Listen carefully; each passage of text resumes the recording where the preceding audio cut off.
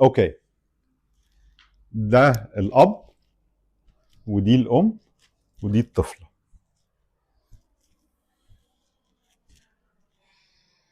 فرضا دلوقتي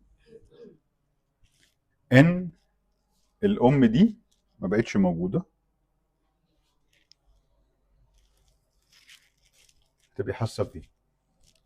ان انا خدت مكانها بقى، فانا لازم اعمل اللي هي كانت بتعمله او هتبقي حاسه انك عايز تاخدي مكانها. تمام، وقفي مكانها.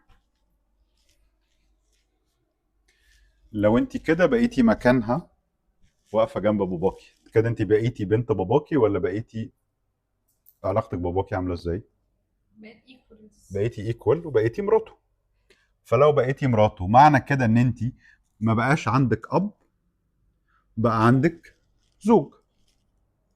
تمام. في هذه الحاله ده لازم يأثر على علاقاتك بعد كده لو انت عايزه تتجوزي او عايزه تبقي في علاقه تانية، لان انت كده ما بقيتيش واخده الدور بتاعك. اوكي. فرضا بقى ان الاب ده كان مامته توفت وهو صغير، فانت بقيتي مش بس بتلعبي دور مراته، بقيتي تلعبي كمان دور ام. كده مش بس بقى ان انت ما بقاش ليكي اب، انت كده بقى ليكي ابن. فلو انت كده بقى ليكي ابن، هتبقي مسؤولة عن حد هو كبير انف انه المفروض ياخد قراراته، فعلاقتك بيه هتبقى فيها مشكله. هو هيبقى مبسوط ان بنتي حنينه وبتعملي مش عارف ايه، بس اوتوماتيكلي هيبقى احترامك ليه هيبقى اقل، لان هو ما بقاش باباكي، بقى ابنك. ولو ده حصل، ايه اللي كمان ممكن يحصل؟ هتلاقي ان الناس اللي بتقف هنا كتير منهم مش عايزين يخلفوا.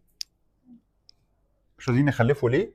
او بيبقى عندهم ساعات مشاكل في الخلفه، عشان هم واخدين دور، هم اوريدي دلوقتي عندهم اولاد، فهيخلفوا ليه تاني؟ وهيبقوا على طول ديبليتد وعلى طول عندهم مشكله.